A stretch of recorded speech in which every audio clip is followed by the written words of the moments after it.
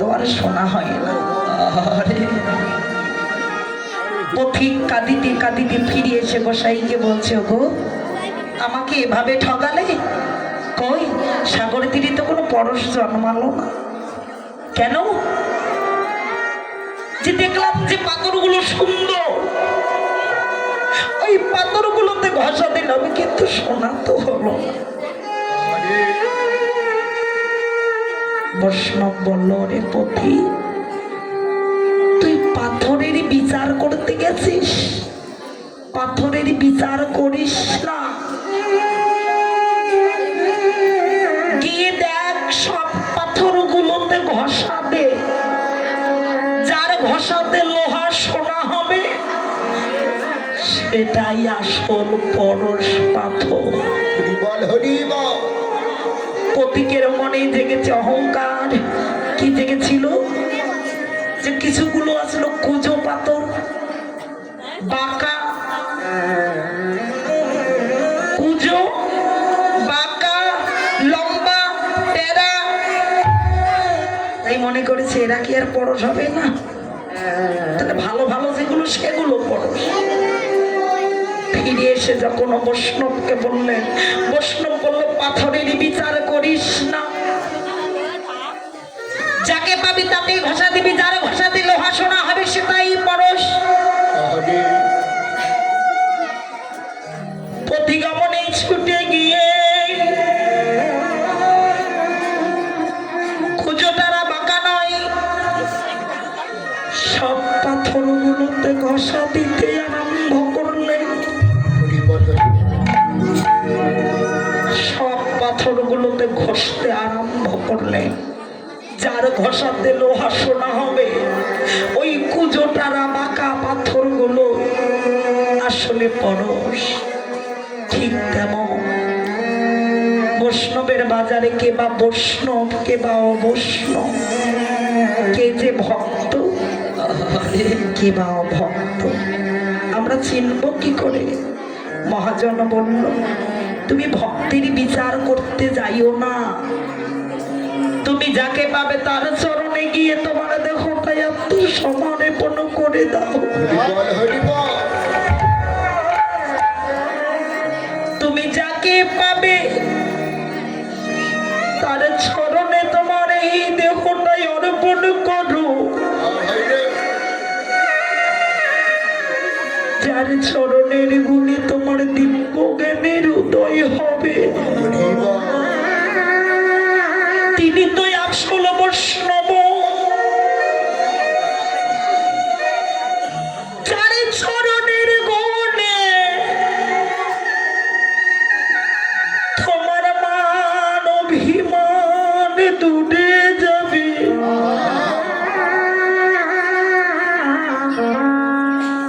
তুমি যার চরণের কৃপায় অহংকার অভিমান দূরীভূত হবে, তার চরণে গিয়ে দেহটাই অর্পণ করে দাও।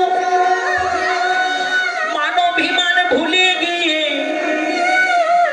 তুমি সকল ভক্তের চরণে গিয়ে একেবারে মাখো মাখো ভক্তি।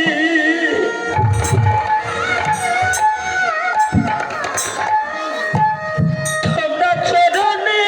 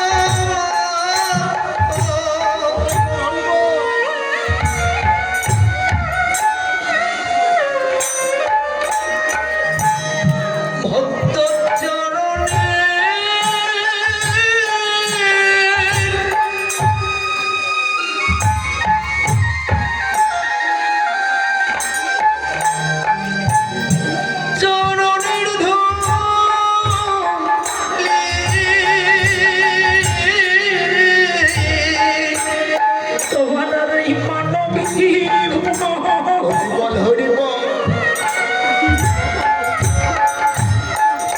তোমার মানবীমা অভিমা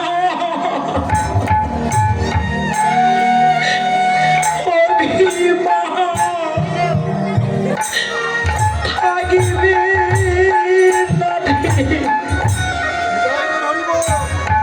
তোমার কৃষ্ণ ভক্তি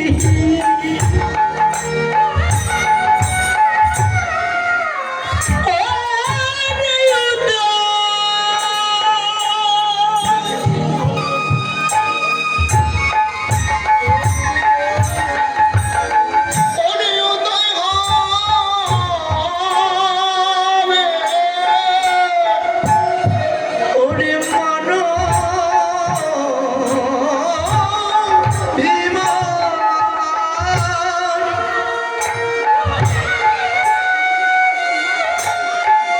ওরে থাকিবে না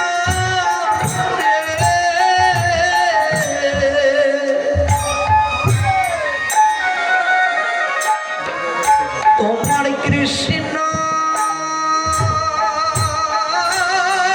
ভক্তি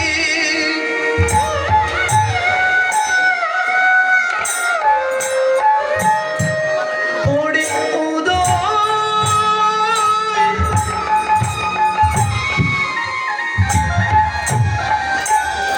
উদয় হবে তবু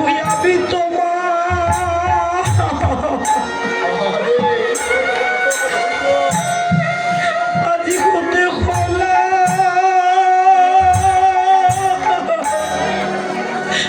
বলে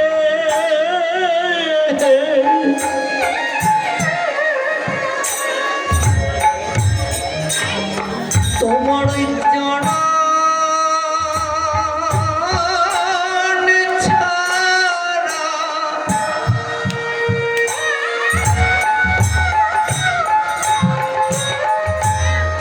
আমায় করো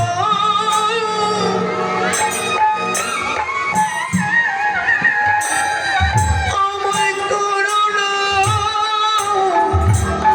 গো। প্রভু আজি হতে আমি তোমার বললে তোমার চরণ ছাড়া করো না রে। আজি হতে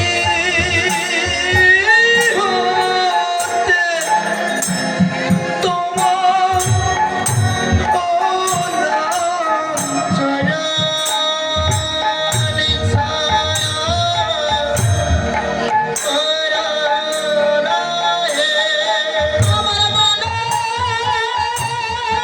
ভীমা ভীমা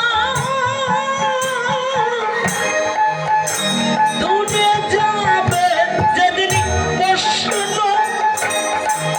ভক্তির চরণে পাবে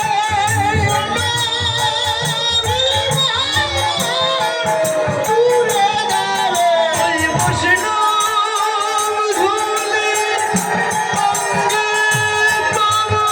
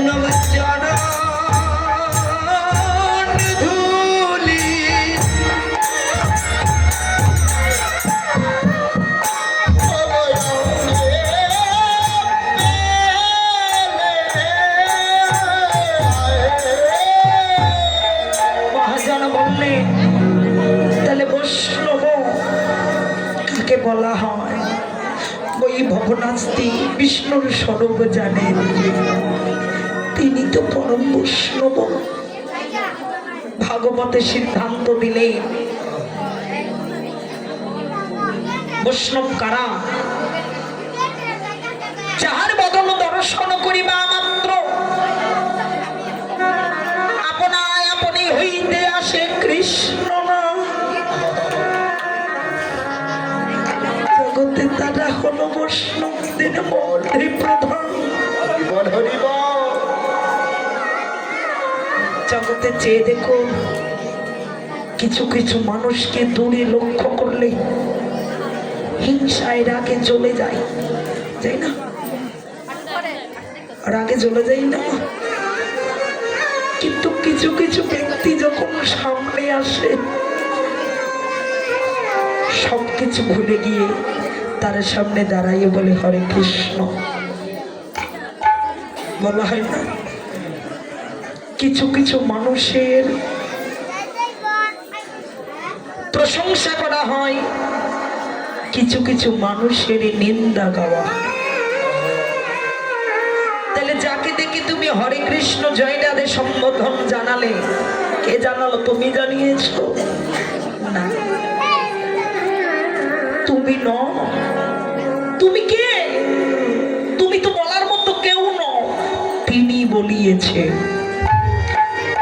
তুমি বলেছো না, তিনি বলালেন, তাই তুমি বলছো মাত্র। হরিবল হরিবল। তিনি যাকে তাকে দেখে তো বলাচ্ছেন না, নিশ্চয়ই তিনি বিচার করলেন যে এনাকে দেখে রাধা নাম বলিবার দরকার, তাই বললেন জয় রাধে রাধে রাধে। তাই মহাপ্রভু আমার এত ভক্তের সঙ্গ দেখে আনন্দে আত্মহারা হয়ে গেছে। আনন্দে আত্মহারা হয়ে প্রভু এই সুরধ্বনির কিনারায় দাঁড়িয়ে নতুন একটা খেলায় মগ্ন হয়ে গেছে। ও যে খেলায় বিনোদ খেলা আমার আমার আমার গোড়াবন মালি দিয়ে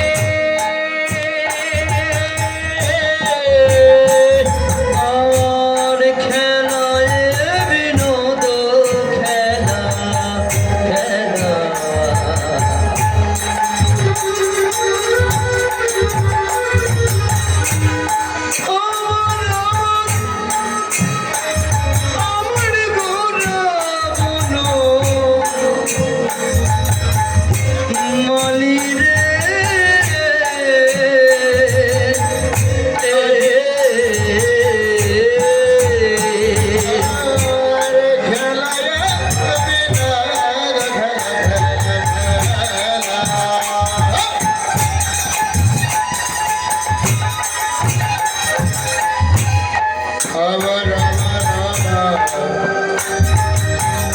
বলি ভগবান নরি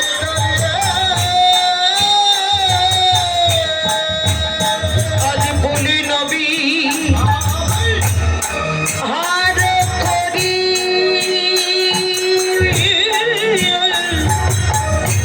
ও গোড়া ভাগ তোমার ডলি বলি নবী হার করে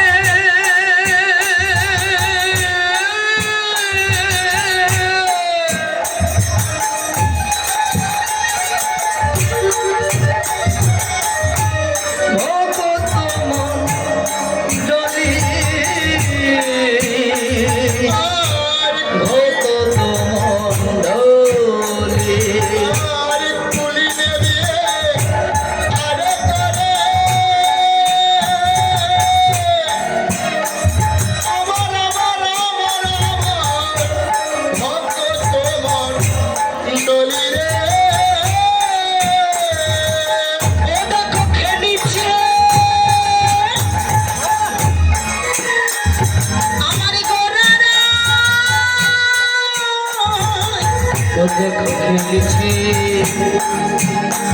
গোরারা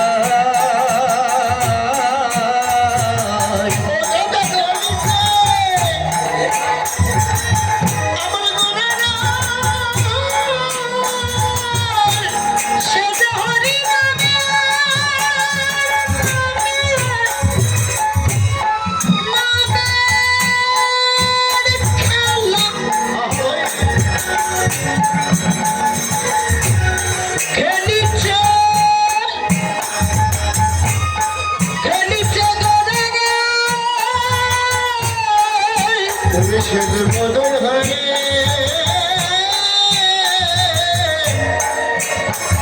ওই নামের খেলা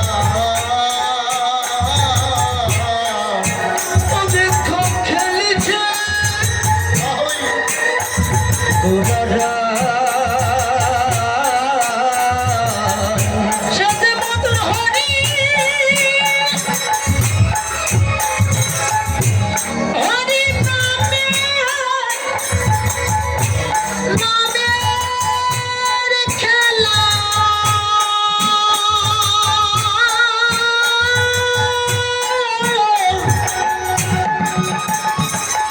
খেলা খেলছে খেলার নিয়ম কি গো খেলার তো নিয়ম আছে তাই না নিয়ম আছে তো যে কোনো খেলার নিয়ম আছে সঙ্গে হরি বলাই আর বাহু তোলা হরি নামের খেলা হরি বলাই আর বাহু তোলা হরি নামের খেলা হরি বলাই আর বাহু তোলা হরি বলাই আর বাহু তোলা হরি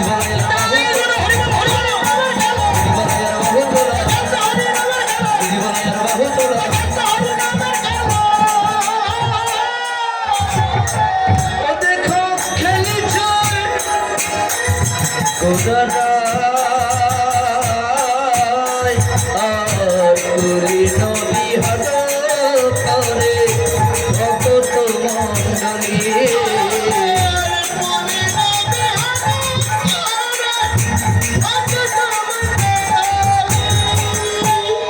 প্রভু খেলা খেলছে খেলাই ও বিনোদ খেলা গোড়া বনমালী যিনি বনের মালিক সেই মালিকে খেলা খেলছে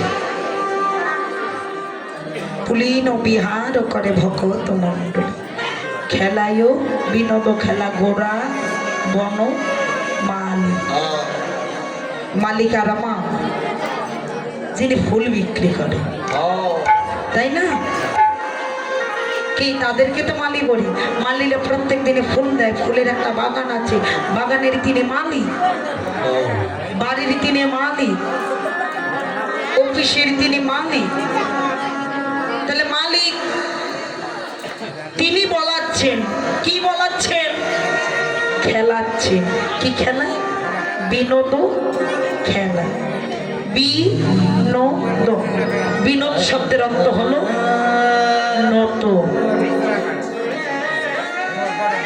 তাহলে নতুন করে খেলা তিনি সৃষ্টি করলেন বিনোদ মানে নতুন বি শব্দে নাই নত শব্দের অর্থ হলো জাত যে খেলার কোনো জাত নাই সেই খেলাটাই প্রভু খেলছে তাহলে নতুন খেলা